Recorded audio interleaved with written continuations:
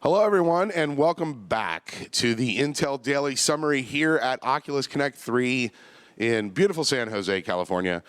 We are going to be talking about some amazing stuff that we saw yesterday, and we're going to talk about some stuff that maybe we're going to see today. But first, I'd like to introduce my friend, Brian Bruning from Intel. Hey. How's it going? Going great. Great. So what do you do with Intel? So I'm a global gaming account manager. So my job at Intel, the pleasure is to work with all the different game publishers and developers through the world, help them get access to technical information, provide them with optimization guides, make sure that they're adding cool features like scalable CPU opportunities, trying to make sure that the cool gamers who are buying the Core i7s are getting a better performance and features than the guys who buy the Core i5 or Core i3s, as well as marketing programs, business development, a little bit of everything. Fantastic. So have you been here last couple days here? Yeah, I've been here for the whole show for Oculus Connect 3.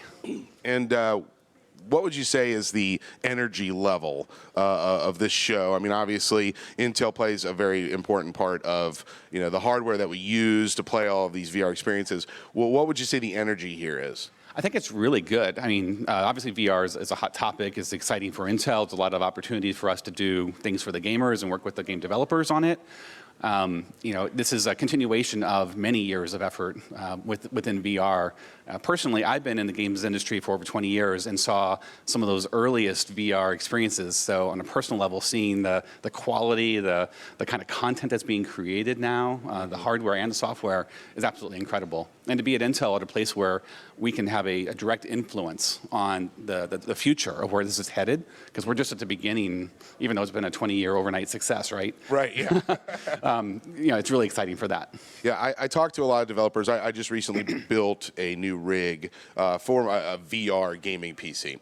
And, it's all focused around the Z170 chipset and the Intel Core i7 processor. And I've asked a lot of developers here in the VR community, what processor are you using? And almost like 100% of them said, we're using the Intel Core i7 6700K.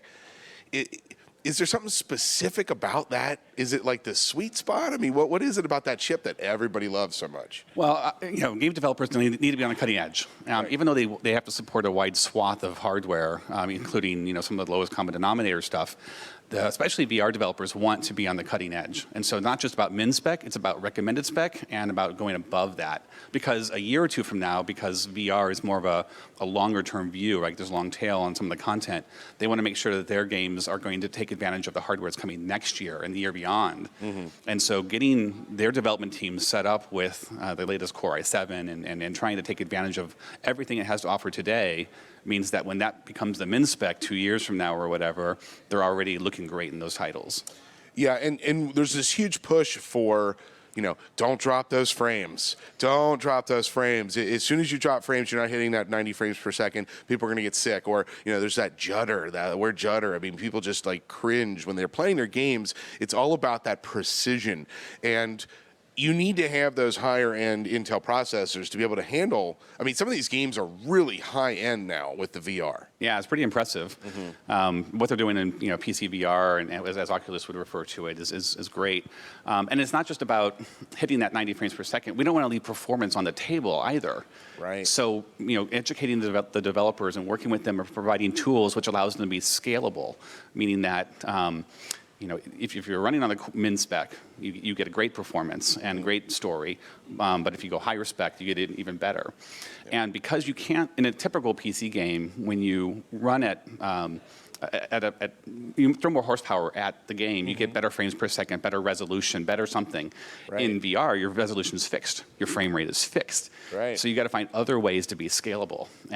Arizona Sunshine, I don't know if you got a chance to check that out in VR yet. It's a zombie shooter game. Oh, right, yes, I did. We had a great talk with them on Wednesday evening here at Oculus Connect 3, and the developer stood up and helped and talked about a little bit about what they worked with Intel in order to take advantage of the extra processing power from a Core i5 to Core i7. Wow. And this was as simple as adding birds to the environment to make it more cinematic and realistic, to destructible objects within the scene, so that as the zombies are coming, you can shoot through objects and make holes and be more strategic in your approach. Nice. To zombie hordes that are wandering the distance. All these extra things you can do once you optimize and have a higher end processor to target. Yeah, and when we're trying to do VR, we're trying to get as realistic as we possibly can. And so having those things off in the distance, so that ambient feel, those birds, those the trees just rustling in the background, it adds those extra elements. And those are things that, yes, 90 frames per second is great, but that extra oomph, those extra megahertz of speed that allow you to be able to push those things into the game and give you that sense of realism. Absolutely. Yeah. So do you think that, there's obviously room to grow. So are we going to see maybe, the PC VR, as Oculus calls it, do you think we're going to see like packages of like maybe some high-end gaming rigs that are going to come out to address the needs of the high-end VR gamer? Oh, I predict so. I mean, gaming is one of the most profitable and growing areas of the PC business today, and VR is at the spearhead of that, right? So you just can't take your old 5-year-old PC and play VR on it. Right. You really want to have something modern, and so these people who are inspired by VR and checking out these new experiences that the content creators are making, they want to go out and buy a new PC. And to have a nice packaged up deal that's working well from some of our key OEMs and partners in the channel, I think you'll see lots of great deals come forward. Yeah, so many people have asked me, it's like, that's wonderful that you went and you handpicked each of the parts and, based on the conversations that you've had with all these developers of what you should have for your machine. But if we expect grandma to buy a VR headset, she doesn't want to go and build her own machine. We want to have options for her to be able to say, okay, and again, not just minimum spec. We got to go beyond. What, is there a term for that? Beyond minimum spec? Preferred spec, maximum performance? When you go to the store and you decide what you're going to be buying, we call it, I guess you would say, PC upsell, right? Where you want to have a reason to buy the best possible PC in the store or on the website. So yeah, maximum sounds good to me. Maximum, there we go. Maximum VR PC. Yeah. So there's so many games that have come out. Did you have a chance to actually play anything here? You know what? The time that I had a lot of business meetings here, and I was leaving with partners and a lot of other stuff. But the one that I had to carve out time to play was Insomniac's The Unspoken. Oh man, I love that game. It's so much, yeah. And I'm fortunate to work with that developer directly and meet the guys. They're inspirational. In fact, they're speaking on the keynote stage right now about their experience building multiplayer competitive gaming in VR. Yeah. So I think we're going to see a lot of exciting aspects of that. That's another big piece of it too. Is not having the right oomph in your PC is definitely going to be a detriment to you if you're trying to do that online multiplayer experience.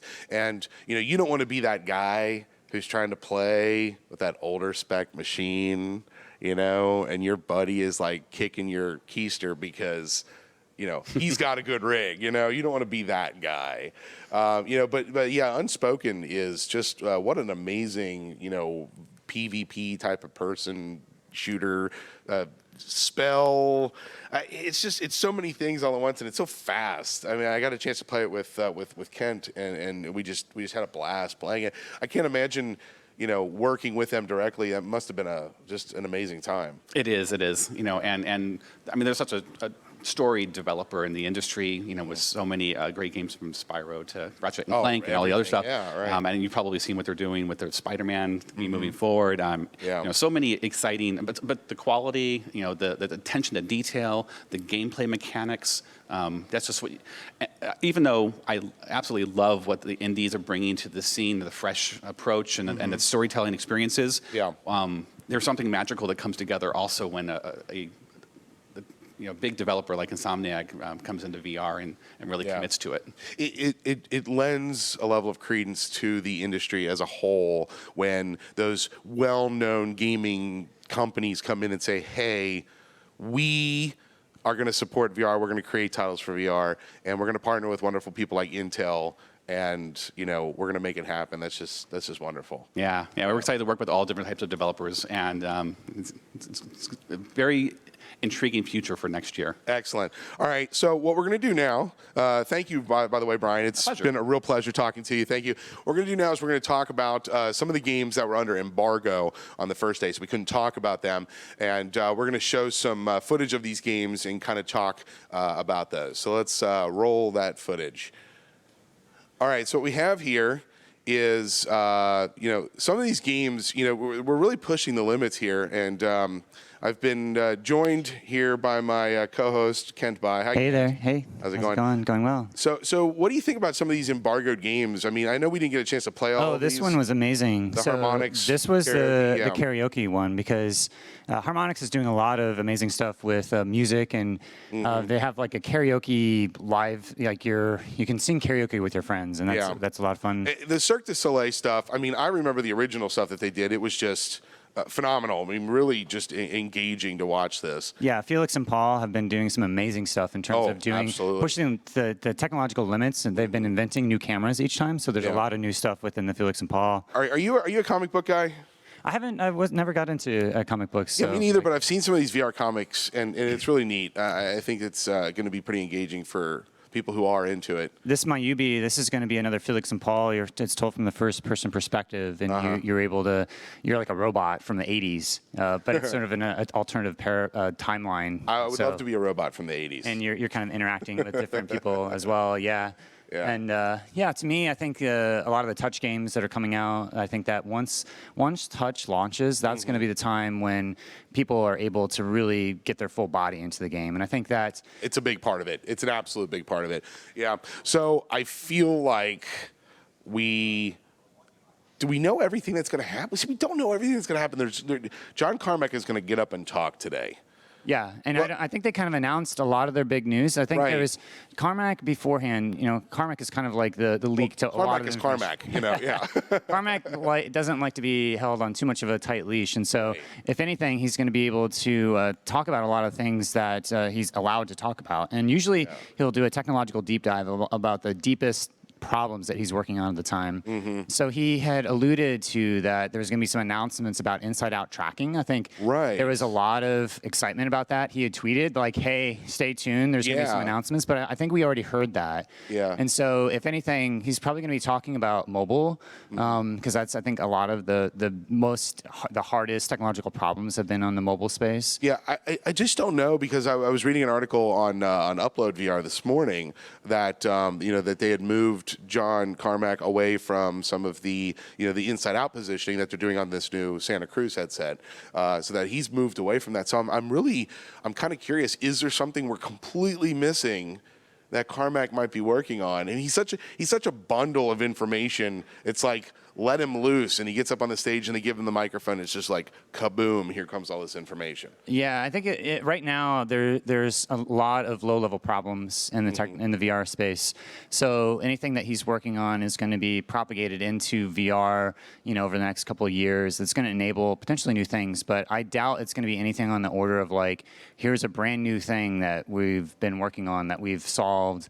I think it's probably going to be a little bit like Michael Abrash's talk in the terms of like, here's the roadmap of the problems that we're working on. Right. And I think that, in terms of I think perhaps maybe some of the new techniques that they're using, maybe he'll talk about that. I'm not sure. I don't know. I know that, listening to the kind of the rumble out here on the floor, there's a lot of people that are kind of wondering what this John Carmack keynote is going to be. Will there be more announcements? Will there be, new information, new insight into something that we haven't seen yet?